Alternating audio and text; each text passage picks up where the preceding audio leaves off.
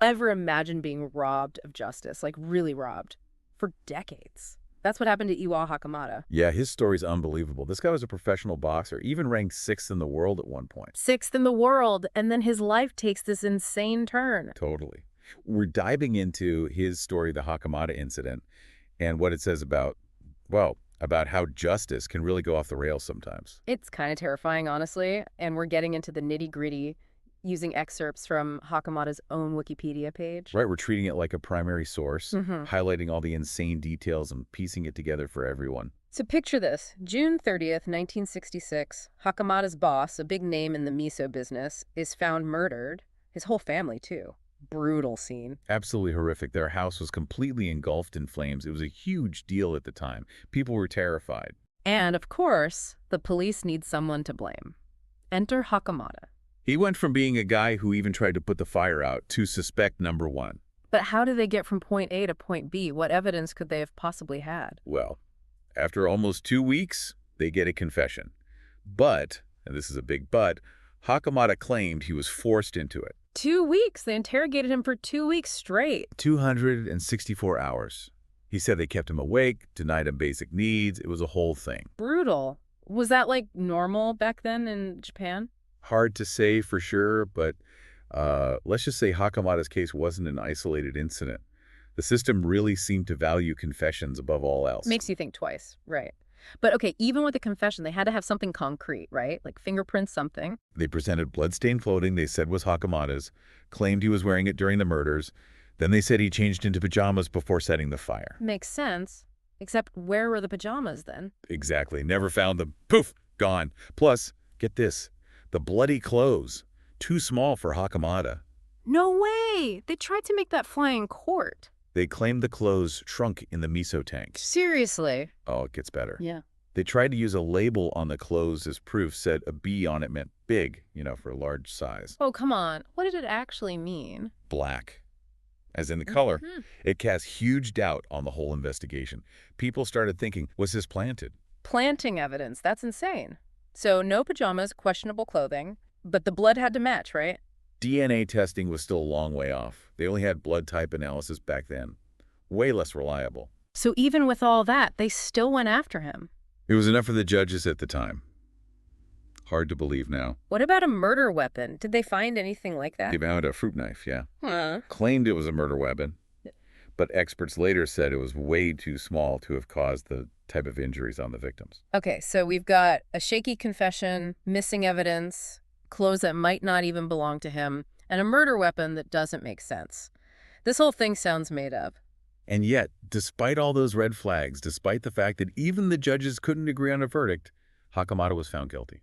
So what happens to Hakamada now? He's sentenced to death, even with all those doubts. You'd think that would be it, right? You'd think so. But Hakamada, he was a fighter, inside the ring and out. He never stopped proclaiming his innocence. And get this, there were people who believed him, people who stood by him for decades. That's incredible. But what could they even do? I mean, how do you start to unravel a case like that after so much time has passed? Well, a new legal team stepped up, dedicated to finding the truth.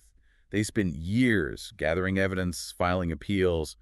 It was a long shot, for sure. Yeah, I bet the system wasn't exactly eager to admit they messed up. Not at all. The Japanese legal system is very rigid. Overturning a verdict is like trying to move a mountain. But something interesting happened.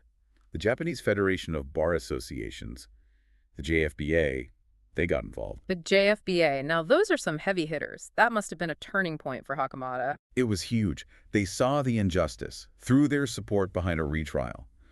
But even with them on his side, it was still an uphill battle. I can only imagine. So how do things finally start to shift? What's the game changer? Get this, one of the judges who originally convicted Hakamada, he came forward. No way! Are you serious? What did he say? Judge Norimichi Kumamoto. He said he always had doubts about the verdict right from the start. Wow. That must have taken a lot of courage to admit that publicly. Why'd he wait so long, though? He said he felt pressured by the other judges, that they were determined to convict Hakamada. It ate away at him for years. He actually ended up resigning because of it. Wow, talk about a guilty conscience. This judge carries the weight of this case for years, and then Hakamada's story starts getting more attention. It blew the whole thing wide open. Suddenly, everyone was talking about it. Amnesty International, even other boxers like Reuben Hurricane Carter. They knew a wrongful conviction when they saw one. Man, talk about a whirlwind. All that attention had to put pressure on the Japanese justice system. What did they do? Remember those blood-stained clothes? The ones that were too No. small? Yeah, how could I forget? Those were key to their whole case. Well, in 2008, they finally agreed to do DNA testing on them. It's about time. And don't keep me in suspense. The DNA didn't match Hakamada's. Not even close. I bet that sent shockwaves through the system. Finally, concrete proof that their case was falling apart. What did they do with that information? So we've got the DNA evidence right there in black and white, proving he didn't do it. After all this time, you'd think they'd just let him go, right? I mean, what else could they possibly throw at him? You'd think so, wouldn't you? But it wasn't quite that simple. On March 27, 2014, he did walk out of prison. Finally. After 48 years, can you even imagine stepping out into a world that's completely changed? It was a huge moment, of course, but it wasn't the end of his fight. See, they granted him a retrial, right?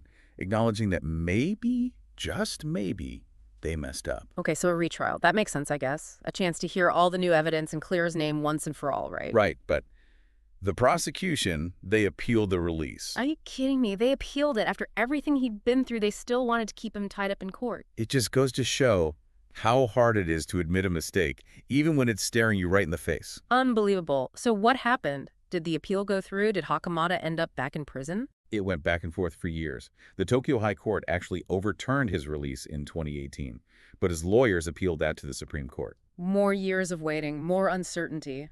How could he handle that kind of stress after everything else? It took a toll, no question. He was in his 80s by then. His health was declining, both physically and mentally. He'd been diagnosed with institutional psychosis, basically. His mind was starting to break down from the years of solitary confinement. It's just heartbreaking. They really did steal his life from him, didn't they? Not just the years in prison, but his health, his well-being. It's a tragic consequence of a system that often values process over people. So where does it end? Did Hakamada ever get his name cleared? Did he ever find peace after all those years of fighting? He did. It took way too long, but justice finally prevailed. In 2023, they ordered a new retrial.